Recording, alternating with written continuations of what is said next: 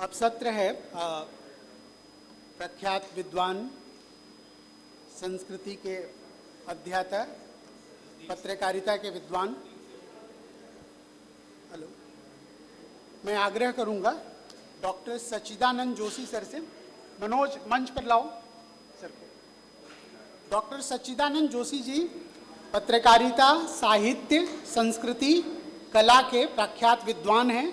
बहुत परिचय की ज़रूरत नहीं है, लेकिन फिर भी एक औपचारिक परिचय देना चाह रहा हूँ कि आप इंदिरा गांधी राष्ट्रीय कला केंद्र के सदस्य सचिव हैं और एकेडमिक हेड हैं। कुशाभाऊ ठाकरे पत्रकारिता विश्वविद्यालय के संस्थापक कुलपति और आप 2 टर्म वहाँ के कुलपति रहे। और देश के पहले पत्रकारिता विश्वविद्यालय माखनलाल चतुर्वेदी राष्ट्रीय पत्रकारिता विश्वविद्यालय के भी शीर्ष पदों पर आप रहे हैं। साहित्य में कविता, कहानी, पत्रकारिता में आपकी अनेक पुस्तकें हैं जो काफ़ी चर्चित हैं, लोकप्रिय हैं।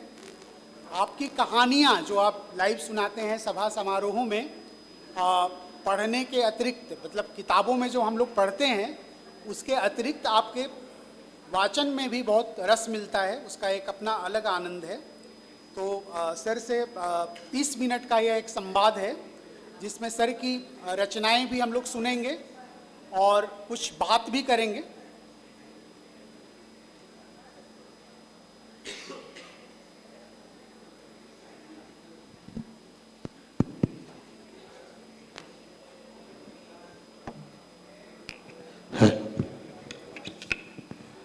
सर, आपको सबसे पहले तो मैं इस बात के लिए चेक बहुत धन्यवाद दूंगा कि आप हमारे आग्रह पर यहाँ आए और आप जैसे संस्कृति पुरुष से, व्यक्तित्व से संस्कृति और परंपरा पर बात करना अगाध अनुभवों से गुजरने वाला होगा।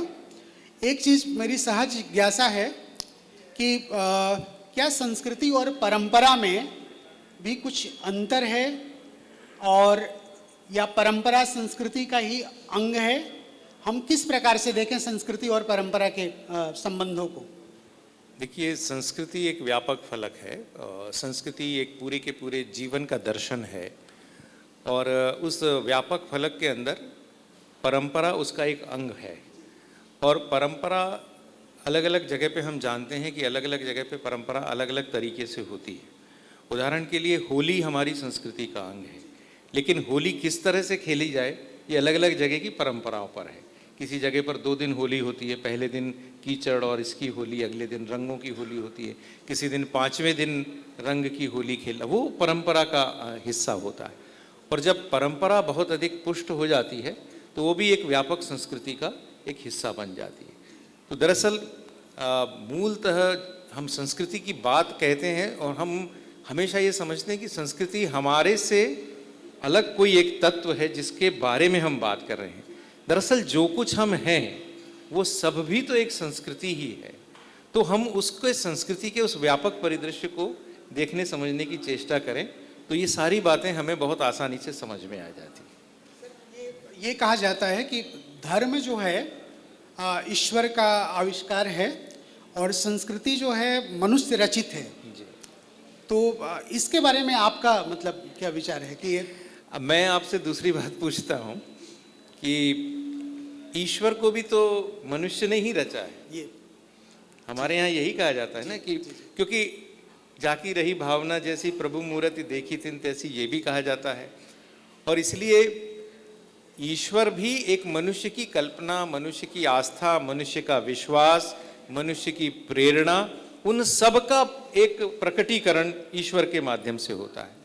और धर्म की अगर हम व्यापक परिभाषा लें तो धर्म क्या है? धारयेति इति धर्मः। जो आप धारण करते हैं, जो आप व्यवहार करते हैं, जो आप विचरण करते हैं, वो सब चीज़ें आपका धर्म कहलाती हैं। तो इसलिए हमारी आस्था पद्धति, विचार पद्धति कुछ भी हो सकती है। धर्म जो है वो होता है जो हम अपने जीवन के लिए अंगीकृत करते हैं। इसलिए ये एक ही विचार पद्धति के लोगों के अंदर भी उसको अनुपालन करने की प्रेरणा या उसके जीवन के अंदर उसको ढालने की प्रेरणा अलग अलग हो सकती है। तो हमें उस दृष्टि से उसको देखना चाहिए। एक सर ये है कि धर्म का कोई स्थायी मूल्य होता है, तो क्या संस्कृति का भी स्थायी मूल्य हो सकता है? निश्चित तौर पर संस्कृति का स्थायी मूल्य होता है। मैं यहाँ पर उद्धृत करना चाहता हूँ, एक पाठक के रूप में हंस के संपादक राजेंद्र यादव को मैं पढ़ता था, तो कहते थे कि भारतीय संस्कृति जैसी कोई चीज़ नहीं है, वो संस्कृतियाँ हैं, और जिसे हम भारतीय संस्कृति के मूल्य कहते हैं वह मूल्य जो है प्रभु वर्ग के मूल्य है, और उससे हाशिए के जीवन का कोई संबंध नहीं है। तो क्या ये सहज जिज्ञासा है कि भारतीय संस्कृति जैसी भी कोई मूल्य हो सकता है या? जी देखिए, ये जो एक मिसनॉमर है कि बहुत सारी संस्कृतियों को मिलाकर भारत की संस्कृति बनी है, या इसको हम दूसरे स्थूल शब्दों में कहते हैं अनेकता में एकता हिंद की विशेषता, जो कि बात आ जाती है, उसको ये समझने की ज़रूरत है कि भारत की जो संस्कृति का मूल भाव है वो एक ही है, और वही भाव जो है वो अलग अलग स्वरूपों में अलग अलग तरह से प्रकटीकरण होता है। इसके लिए हमारे यहाँ शास्त्रों में एक बहुत सुंदर दृष्टांत, बहुत सुंदर वाक्य है, एको हम बहुश्याम, यानी मैं एक ही हूँ, अलग अलग रूपों में अलग अलग जगह पे अलग अलग तरह से प्रकट होता हूँ। और दरअसल वही हमारी संस्कृति का मूल मंत्र है। इसलिए जो मूल भावना संस्कृति की है, जो संस्कृति का जो मूल धारा है, जो मूल प्रेरणा है, वो एक ही है। जैसे आप मूल्य कह रहे हैं, वो मूल्यबोध संस्कृति का एक ही है, वो भारत की संस्कृति का है। और एक और बात मैं बता दूं, और इस विषय में हम सबको ये ध्यान रखना चाहिए कि जब हम भारतीय संस्कृति की बात कहते हैं तो हम उसे भौगोलिक परिधि में नहीं बांध रहे हैं।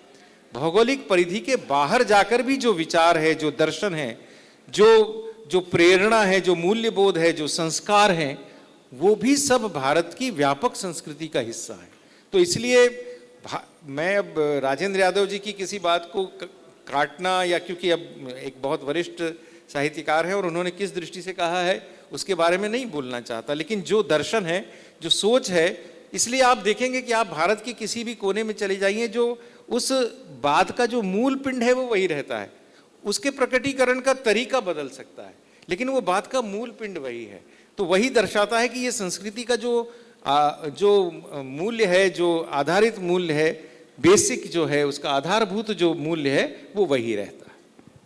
सर, सामने बैठे हुए हैं प्रोफेसर देवव्रत चौबे जी, दर्शन एवं धर्म के विद्वान हैं, कुछ पूछना चाह रहे थे।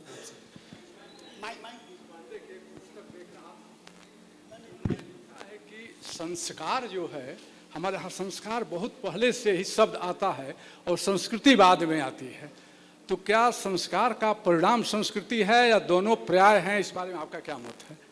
मैं गोविंद से, फिर वही बात है कि गोविंद चंद पांडे जी की बात का मैं इस तरह से नहीं करता, पर मैं बार बार इस बात को कह रहा हूँ कि संस्कृति जो है वो व्यापक परिधि है, संस्कार भी उसका एक हिस्सा ही है।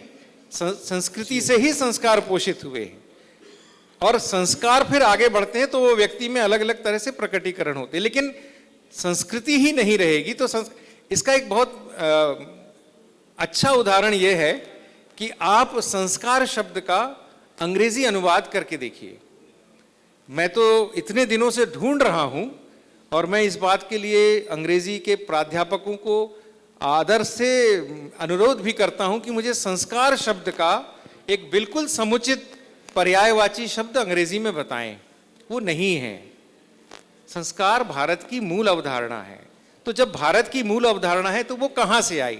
तो संस्कारों की जो मूल अवधारणा है वो संस्कृति से ही उत्पन्न हुई है, ऐसा मैं मानता हूं। जो मनुष्य जो है जैसे अपनी जीवन यात्रा शुरू करता है, तो एक जंगल से अगर जीवन की अवस्था है, बर्बर अवस्था आती है, सभ्यता की अवस्था आती है, तो सबसे पहले अगर हम आखेट युग ही ले लें, उनका जो प्रारंभिक युग है, तो वो अपने लिए जो चीज़ पहली बार बनाता है, चाहे वो आविष्कार आखेट करने वाली चीज़ बनाए या कृषि वाली बनाया है, तो जो सामग्री बनाई वो भी एक संस्कृति के हिस्से में आती है, जो भौतिक संस्कृति यहाँ तक जो हम देख रहे हैं। और एक अभौतिक संस्कृति जो हमारी साथ साथ वो विकसित किया, अपने लिए कुछ नियम कानून बनाना शुरू किया। तो हमें लगता है कि संस्कृति मनुष्य के जीवन के साथ ही वो पैदा होती है, क्या है? हाँ। वही बात मैंने अभी थोड़ी देर पहले और कही ना, उसके बाद ही ये सब हमको चीजें- लगता है कि संस्कृति कोई अलग से चीज है जो हमको दिख, नहीं, जैसे हम हैं, हाँ। जो हम हैं और जिस तरह का और सब- मेरा जीवन है, वो सब मेरी संस्कृति का ही हिस्सा होता है। उस सभ्यता के जी। जो इस अवस्था तक जब हम आते हैं तो हाँ। उन सब चीजों का क्रमशः वही विकास क्रमशः विकास होता है, वही संस्कृति का अंग बनता है। इसमें और वो भले ही और आ रहा है, इसीलिए लेकिन- भारत की संस्कृति की एक और जो विशेषता है हाँ। कि ये सतत प्रवाहमान एक संस्कृति है। हाँ जी। इसमें एक विराट स्वरूप इसमें कहीं उस तरह का शैथिल्य नहीं है। हाँ। इसलिए कहा गया नित्य नूतन चिर पुरातन। हमने नई बातों का समावेश करते हुए संस्कृति को निरंतर समृद्ध किया है और निरंतर विकसित किया है, इस बात की बात। हाँ।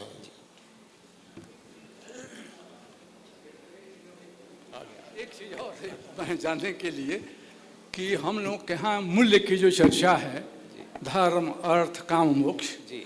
क्या संस्कृति इसी की विवेचना करता है कुछ या अलग कुछ है? क्योंकि हम चारों में हमारे यहाँ की जो मूल्य मीमांसा है मानकर चलती है कि चारों में सब कुछ समाहित हो जाएगा, इसलिए इन चारों का अलग कुछ भी नहीं है।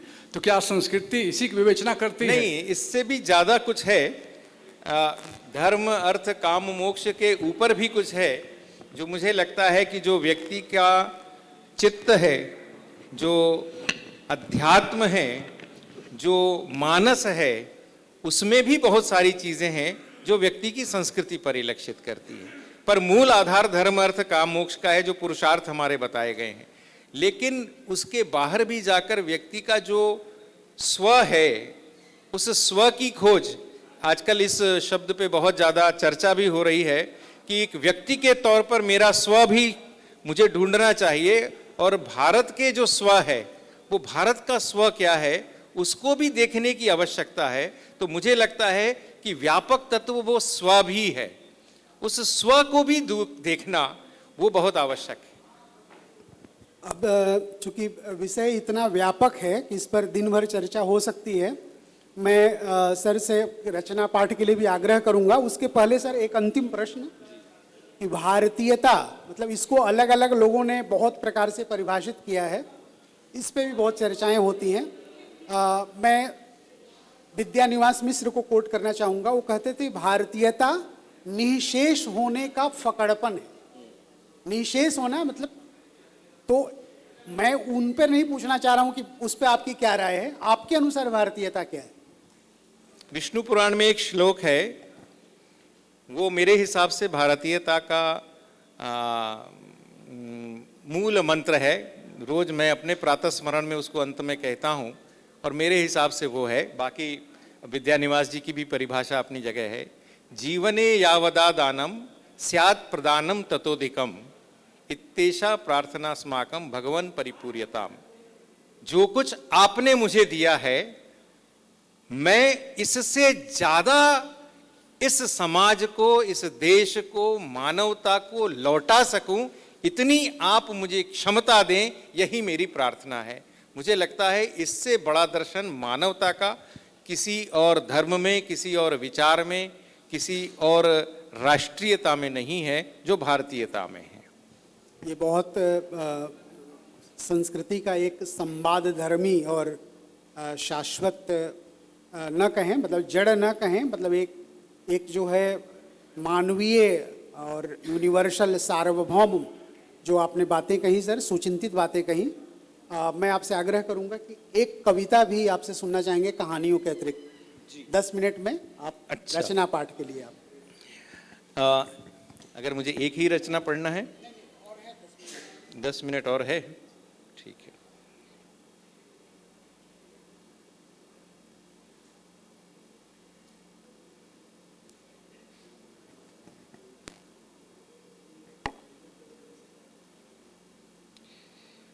एक मेरी चर्चित कहानी है जो मैं पढ़ना चाहता हूँ, और चूंकि ये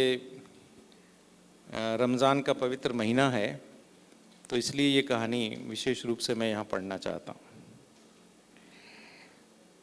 रायपुर से जब ट्रेन में बैठा तो कूपे में अकेला ही था। भोपाल में एक सेमिनार था। सोचा माँ पिताजी से मिलना भी हो जाएगा। एक दिन सेमिनार और एक दिन घर, इस हिसाब से 2 दिन की तैयारी से निकला था। नीचे की बर्थ थी, इसलिए सामान सजाकर लेट गया और किताब पढ़ने लगा। शाम के 4 बजे होंगे। खाली डिब्बा हो तो किताब पढ़ने का आनंद बढ़ जाता है। किताब पढ़ने में समय कब निकल गया पता ही नहीं चला और दुर्ग स्टेशन आ गया। जब चाय वाला चाय पूछने आया तो पता चला कि दुर्ग आ गया है। ट्रेन में पेंट्री होते हुए भी स्टेशन वाले वेंडर्स अंदर आकर चाय या नाश्ते की चीजें देते हैं तो बहुत गुस्सा आता है। तंद्रा भंग हुई तो देखा सामने वाली बर्थ पर भी एक सज्जन आ गए थे। उनकी उम्र भी मेरे बराबर रही होगी। उनके पास ज्यादा सामान नहीं था। लगता था मेरी ही तरह 1-2 दिन के सफर पर निकले हैं। आरंभिक हेलो हाय के बाद मालूम पड़ा कि उनका नाम अतहर अली है और वो इलेक्ट्रिसिटी बोर्ड में इंजीनियर हैं। रहते तो जबलपुर में हैं, किसी काम से भिलाई आए थे, अब सारणी जाना है, जिसके लिए वो घोड़ा डोंगरी उतरेंगे। घोड़ा डोंगरी तो रात को आता है, आधी रात को, मेरे मुंह से निकला। जी हाँ, ट्रेन सही समय पर हुई तो 2-2:30 बजे के आसपास आएगा। लेकिन आप चिंता मत करें, आपको डिस्टर्ब किए बगैर मैं उतर जाऊंगा, अतहर अली बोले। अरे नहीं नहीं, मेरा मतलब वो नहीं था। मैं तो सोच रहा था कि आपकी रात की नींद कैसे पूरी होगी। अजी, कल जो वहाँ थोड़ा सा ही काम है, बाकी पूरा दिन तो सोने में ही निकल जाएगा। और फिर सारणी जैसी जगह में और कुछ करने को तो है भी नहीं। इधर उधर की बातों में राजनांदगांव निकल गया। थोड़ी देर कमर सीधी कर लेता हूँ। कल रात भी सफर किया था ट्रेन में, इसलिए नींद पूरी नहीं हुई, अतहर अली बोले और लेट गए। कूपे में हम दोनों ही थे। टीटी ने बताया कि नागपुर तक हम दोनों ही हैं इसमें। डोंगरगढ़ से आगे निकलने के बाद ट्रेन की गति धीमी हो गई, बीच बीच में रुकने भी लगी और फिर साले कसा पर आकर तो बिल्कुल ही थम गई। जो ही ट्रेन रुकी, अतहर अली हड़बड़ाकर उठे। उन्होंने घड़ी देखी और फिर उनके चेहरे पर चिंता की लकीरें बढ़ गईं। गोंदिया कितनी दूर है भाई साहब? उन्होंने मुझसे पूछा। इसका राइट टाइम तो 6 बजे का है, लेकिन अब पता नहीं कब पहुंचेंगे। मेरा जवाब उन्हें और ज्यादा अस्वस्थ कर गया। वे उठे और कूपे के बाहर टीटी को खोजने लगे। ट्रेन अचानक बीच में रुकने से थोड़ा चिंतित तो मैं भी हुआ था, लेकिन अतहर अली तो कुछ ज्यादा ही चिंतित नजर आ रहे थे। 5 मिनट बाद वे लौटे तो उनके चेहरे पर टीटी के मिलने का तो भाव था, पर संतोषजनक उत्तर न मिलने वाले का भाव ज्यादा स्पष्ट था। बताइए, अब रेलवे वालों को भी पता नहीं चलता कि ये ट्रेन क्यों रुकी है। जरूर कोई गंभीर बात होगी, वरना ऐसे जंगल में ट्रेन क्यों खड़ी होती। तभी टीटी वहां आया और उसने बताया कि आगे एक मालगाड़ी का इंजन खराब है, जैसे ही मालगाड़ी हटेगी ये ट्रेन चल देगी, लेकिन मालगाड़ी कब हटेगी ये कहा नहीं जा सकता। अतहर अली और परेशान हो गए। तभी उनका मोबाइल बजा और उन्होंने फौरन उसे उठाया। हाँ बोलो आरिफ बेटा। हाँ, ट्रेन लेट हो गई है, अब कब चलेगी ये कहा नहीं जा सकता। हाँ, तुम वहीं रुको। उन्होंने फोन काट दिया। मेरा भतीजा है, गोंदिया पर खड़ा है टिफिन लेकर। दरअसल मेरा रोजा है ना। मुझे समझ में आ गया कि वे इतने बेचैन क्यों हो रहे थे। इफ्तार का समय क्या है भाई साहब? मैंने पूछा। 6:30 का है। मैंने घड़ी देखी, 6 तो बज ही रहे थे। वो क्या है कि आज ही सुबह जबलपुर से भिलाई आया था काम से, शाम को निकलना था। गोंदिया में छोटा भाई रहता है, इसलिए उससे कह दिया था कि इफ्तार और सहरी का इंतजाम कर देना। अब भतीजा स्टेशन पर खड़ा है, लेकिन ट्रेन वहां पहुंचे तब ना। मेरे पास भी आज टिफिन में कोई खास चीज नहीं थी। दोपहर को खाना देर से हुआ था, इसलिए रात के लिए मैंने ही नेहा से हल्का खाना कहने की बात कही थी। उसने 2 रोटी और थोड़ी करेले की सब्जी बांध दी थी। अब दिन भर का रोजा रखने वाले अतहर अली को करेले की सब्जी खिलाना तो उनके साथ अन्याय ही होगा। तभी ध्यान आया कि नेहा ने कल के लिए मोदक भी भेजे हैं। कल चतुर्थी भी थी, वो मंगलवार वाली अंगारी का। नेहा ने सोचा यहीं से मोदक बनाकर भेजेगी तो माँ का श्रम बच जाएगा। मोदक का डिब्बा बैग में रखते हुए नेहा ने कहा भी था, गिनकर 21 ही बन पाए हैं। अब माँ जी की तरह एक्सपर्ट तो नहीं हूं ना मैं। अरे माँ तो इसी में खुश हो जाएगी कि उनकी बहू ने मोदक बनाकर भेजे हैं, मैंने नेहा का उत्साहवर्धन करते हुए कहा। मैं पसोपेश में था, क्या करूं। चिंता मत कीजिए भाई साहब, ऊपर वाला कोई न कोई इंतजाम कर ही देगा। मैं बस इतना ही कह पाया। नहीं, चिंता कुछ नहीं है, रोजा तो पानी पीकर भी खोला जा सकता है। अब जैसा ऊपर वाला चाहेगा वैसा होगा। अतहर अली मुस्कुराकर बोले। मेरी तो चिंता यह है कि वो बेचारा बच्चा स्टेशन पर खड़ा परेशान हो रहा होगा, उन्होंने सफाई देते हुए कहा। ट्रेन अभी भी खड़ी ही थी। इस बीच उन्होंने एक दो बार और भतीजे को फ़ोन किया, फिर घड़ी देखी और बाथरूम चले गए। इफ्तार का समय हो चला था। बाथरूम से आने पर उन्होंने फर्श पर चटाई बिछाई और घड़ी देखकर नमाज अदा करने लगे। बहुत सोच विचार कर मैंने बैग खोला और मोदक के डिब्बे में से 2 मोदक निकालकर कागज़ की प्लेट पर रख दिए। नमाज पूरी करने के बाद जो ही पानी पीने के लिए वे बढ़े, मैंने वो मोदक की प्लेट आगे कर दी। लीजिए अली साहब, अफ्तार लीजिए। उन्होंने आश्चर्य से देखा, ये क्या, ये कहाँ से आ गया? पहले आप अफ्तार तो लें। मैंने मुस्कुराते हुए कहा। उनका अफ्तार न चल रहा था और उन्होंने चतुर्थी और मोदक का किस्सा मैंने उन्हें सुना दिया। मोदक शायद उन्होंने पहली बार ही देखे थे। उनके चेहरे पर विस्मय की लकीरें और बढ़ गईं। यानी कल भगवान जी को लगने वाला भोग आज आपने हमें खिला दिया। तो क्या हुआ भाई साहब, ये भी तो भगवान का ही काम है, मेरे मुंह से निकल गया। मानो ट्रेन मेरे इस वाक्य का ही इंतजार कर रही थी। मैंने इतने कहा और ट्रेन चल पड़ी। आधा घंटे इधर उधर की बातचीत में गोंदिया आ गया। घड़ी 7:30 बजा रही थी। ट्रेन रुकते ही आरिफ एक बड़ा सा स्टील का टिफिन और एक मिठाई का पैकेट लेके आया। चाचा भतीजे का मिलाप हुआ। अतर अली ने आरिफ से मेरा परिचय कराया। आरिफ उन्हें समझा रहा था, 2 डिब्बे अभी के लिए और नीचे वाले 2 सेहरी के लिए हैं। आरिफ उतरा और ट्रेन चल दी। रात में अतर अली जी ने भुना गोश्त और रोटी खाई। उन्होंने मुझे भी ऑफर किया, लेकिन शाकाहारी होने के कारण मैं अपने साथ लाए करेलों से ही संतुष्ट था। सुबह जब भोपाल स्टेशन आने को हुआ तो नींद खुली। सामने की बर्थ खाली थी, यानी अतर अली घोड़ा डोंगरी उतर चुके थे। पानी पीने के लिए बोतल की तरफ हाथ बढ़ाया तो उसके पास मिठाई का एक पैकेट और बोतल के नीचे कागज़ रखा दिखा। कागज़ खोला तो उसमें एक छोटी सी चिट्ठी थी जो अतर अली ने लिखी थी। मजमून कुछ यूँ था, भाई साहब, ये सफ़र ता ज़िंदगी याद रहेगा। रात को आपको डिस्टर्ब करना मुनासिब नहीं समझा। आरिफ से गोंदिया की मशहूर दुकान के स्पेशल मलाई पेड़े मंगवाए थे, ख़ास आपके लिए। ये मत समझना कि हिसाब किताब कर रहा हूँ, वो सब तो ऊपर वाला ही करेगा। बस एक गुजारिश है, आज शाम माजी से कहकर इनका भी भोग लगवा देना और हमारे लिए दुआ मांग लेना। आपका अतहर। ट्रेन भोपाल में रुकी और मैं अपना सामान लेकर उतर गया। उस शाम गणेश जी को 2 भोग लगे, एक नेहा के बनाए मोदक का और दूसरा अतर अली के भेजे गोंदिया के स्पेशल मलाई पेड़े का। बहुत दिल छूने वाली कहानी, और इस कहानी ने बहुत देर तक, मतलब हम लोगों को, बहुत ज़रूरी कहानी है ये। मैं सर एक कविता के लिए भी आग्रह करना चाहूँगा कि एक कविता।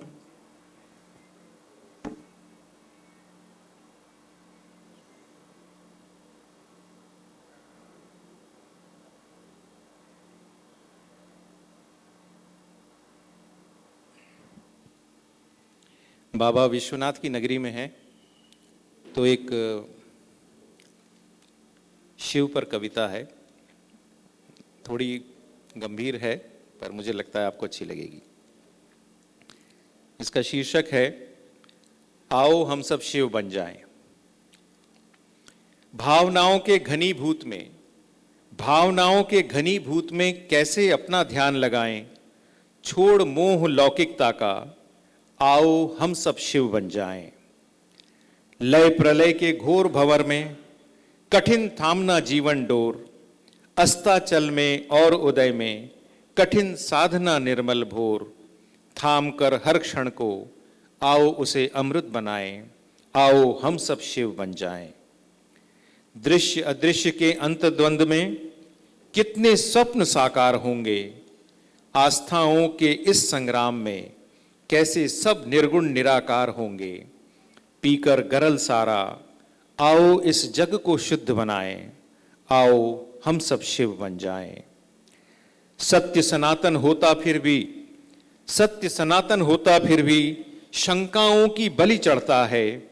वाद विवाद के काल चक्र में ऐसे ही तो कलह बढ़ता है। निर्विकार बन हम सब मन का क्लेश मिटाएं, आओ हम सब शिव बन जाएं, आओ हम सब शिव बन जाएं। बहुत सुंदर सर। बाबा विश्वनाथ की नगरी में आपने बहुत खूबसूरत कविता पढ़ी। एक और सर छोटी कविता हो सब संभावना है सर? हाँ जी जी, कविता या कहानी भी हो सकती है। अभी है, हमको लग रहा है कि आगे के अतिथि अभी नहीं आए हैं, तो आपका पढ़ेंगे तो आगे आते हैं तो एक बहुत मजेदार सी कहानी है। जी, जी, तो बिल्कुल। वातावरण थोड़ा गंभीर हो गया तो स्वागत थोड़ा है एक सर। कहानी नहीं है, प्रसंग है। अभी जब आपका पिछला सत्र चल रहा था तो मैं अजीत जी से कह रहा था, वो बोले आप कहाँ गए थे? तो मैंने कहा मैं बाहर हांका लगाने गया था श्रोताओं को। मैंने कहा वो होता ना प्राइवेट बस स्टैंड पर अलग अलग बस के कंडक्टर हांका लगाते हैं, आ जाओ खाली में आ जाओ, खाली में आ जाओ, खाली में आ जाओ। तो मैं भी हांका लगाने गया था कि कुछ श्रोता खाली में आ जाएं करके। और ये भी था कि कहता कि भाई एसी हॉल है, वहाँ बाहर गर्मी में जाने की बजाय खाली हॉल में आ जाइए।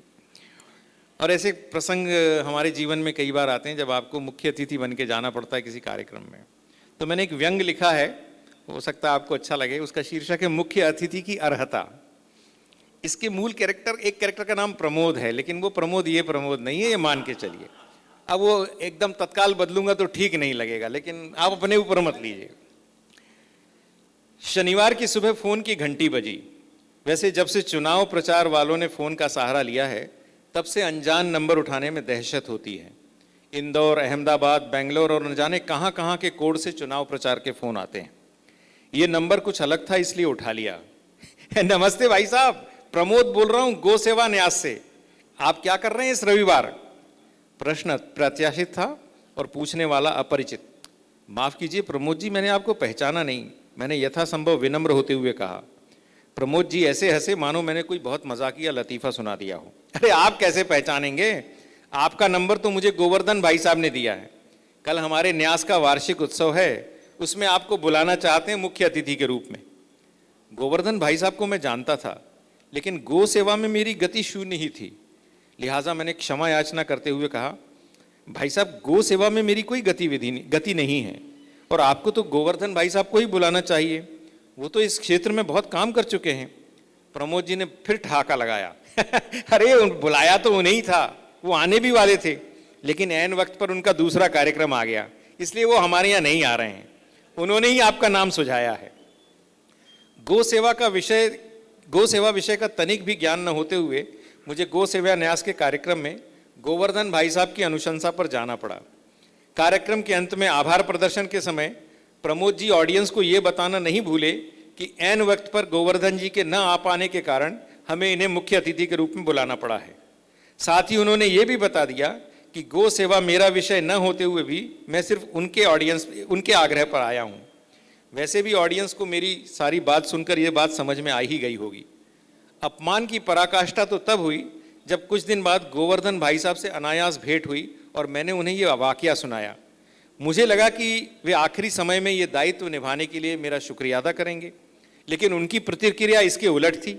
अरे वो प्रमोदवा आपको फंसा ले गया। मैंने तो उससे पीछा छुड़ाने की नीयत से 3-4 नाम बता दिए थे, उसमें आपका भी नाम था, बाकी तो निकल लिए, आप फंस गए। गोवर्धन भाई साहब ने इसके बाद अपना चिर परिचित ठहाका लगाया, लेकिन उस दिन मुझे उनका वो ठहाका बिल्कुल पसंद नहीं आया। ऐसे ही एक कार्यक्रम में मुख्य अतिथि के तौर पर बुलावा आया।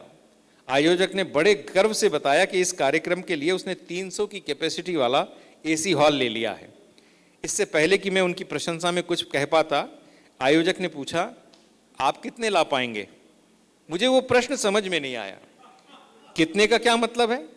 मतलब ये कि घनश्याम जी को बुलाओ तो वो अपने 40-50 श्रोता ले आते हैं। अब ये हॉल कुछ बड़ा है, 50 की जिम्मेदारी तो आप ले ही लीजिए। मामला मेरी समझ से बाहर था। मेरे चेहरे का भाव देखकर आयोजक महोदय मायूस हो गए और उन्होंने अपने सहयोगी को यूं घूरा मानो कह रहे हो, अरे ये किसके पास ले आए यार। मेरा नाम सहयोगी ने सुझाया था, इसलिए कोशिश करना उसका भी फर्ज था। चर्चा की बागडोर संभालते हुए बोला, अच्छा सर, ऑडियंस तो हम जुटा लेंगे जैसे तैसे, आप तो पब्लिसिटी और अखबार के खबर का देख लीजिए। सुना है आपके अखबार में अच्छे संबंध हैं, 2-4 भी प्रेस फोटोग्राफर आ गए तो काम बन जाएगा। और अपने चेलों से कहकर सोशल मीडिया पर कार्यक्रम की सूचना और खबर शेयर करवा दीजिएगा। देखिए मैं कोशिश करूंगा, लेकिन वायदा नहीं कर सकता, मेरी कोई मीडिया टीम नहीं है, मैंने बात स्पष्ट करते हुए कहा। तब तक आयोजक महोदय मेरे फेसबुक, एक्स और इंस्टाग्राम अकाउंट चेक कर चुके थे और मुझसे मिलने में हुई वक्त की बर्बादी पर झल्ला रहे थे। उनसे रहा नहीं गया और उन्होंने सहयोगी से कहा, चलो यार बहुत समय बर्बाद हुआ, घनश्याम जी से ही दोबारा पूछ लेते हैं। जिंदगी में अर्हता न होने के कारण कई नौकरियों में ठुकराए गए हैं, लेकिन अपने पास मुख्य अतिथि की भी अर्हताएं नहीं हैं, ये जानकर नौकरी में ठुकराए जाने से भी ज़्यादा दुख होने लगा। मुख्य अतिथि के रूप में आयोजक आपके समय पर आने की और दिए गए भाषण इत्यादि देने की अपेक्षा करते हैं, ये तो समझ में आता है, लेकिन जब आयोजक आपसे ये भी अपेक्षा करे कि आप ऑडियंस भी लाएं और कार्यक्रम की प्रसिद्धि में योगदान भी दें, तो लगता है कि ऐसे आयोजनों के लिए मना ही कर देना चाहिए। लेकिन अगर वो पहले से पता हो तो मना करें। यदि कोई आयोजक मान ही बैठे कि आप ये सब करेंगे तो आप क्या कर सकते हैं। एक बार ऐसे ही आयोजन में दिए गए समय पर स्टेज पर पहुंचा, देखा हॉल एकदम खाली था, लगा कि गलत हॉल में आ गया हूं।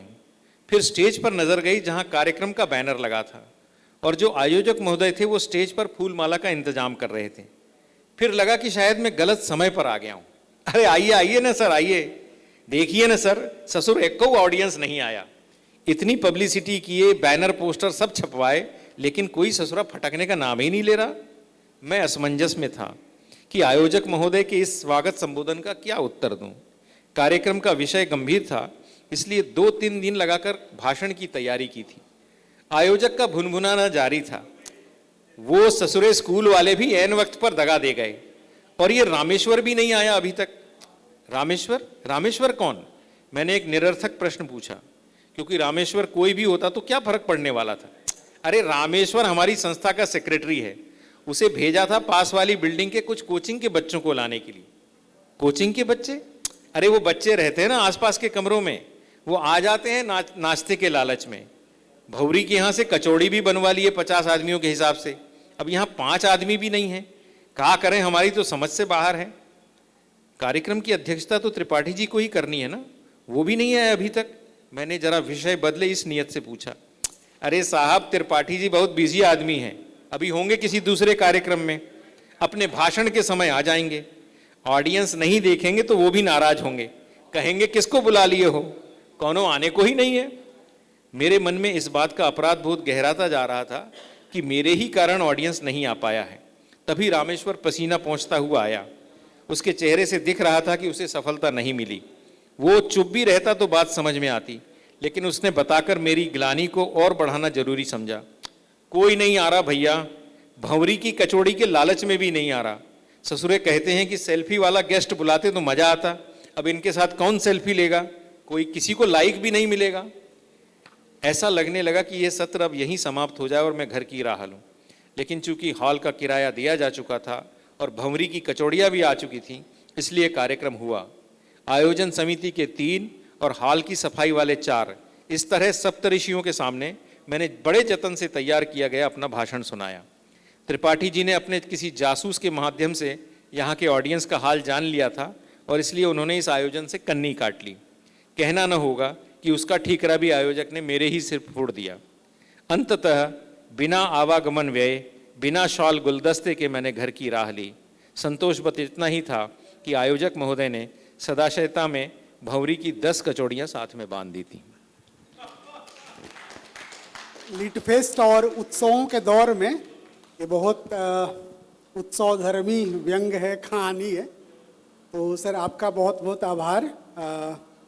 आपकी कई कहानियाँ अभी हम लोग सुनते हैं, और लेकिन अगला सत्र जो है अभी हम लोग के निकट है।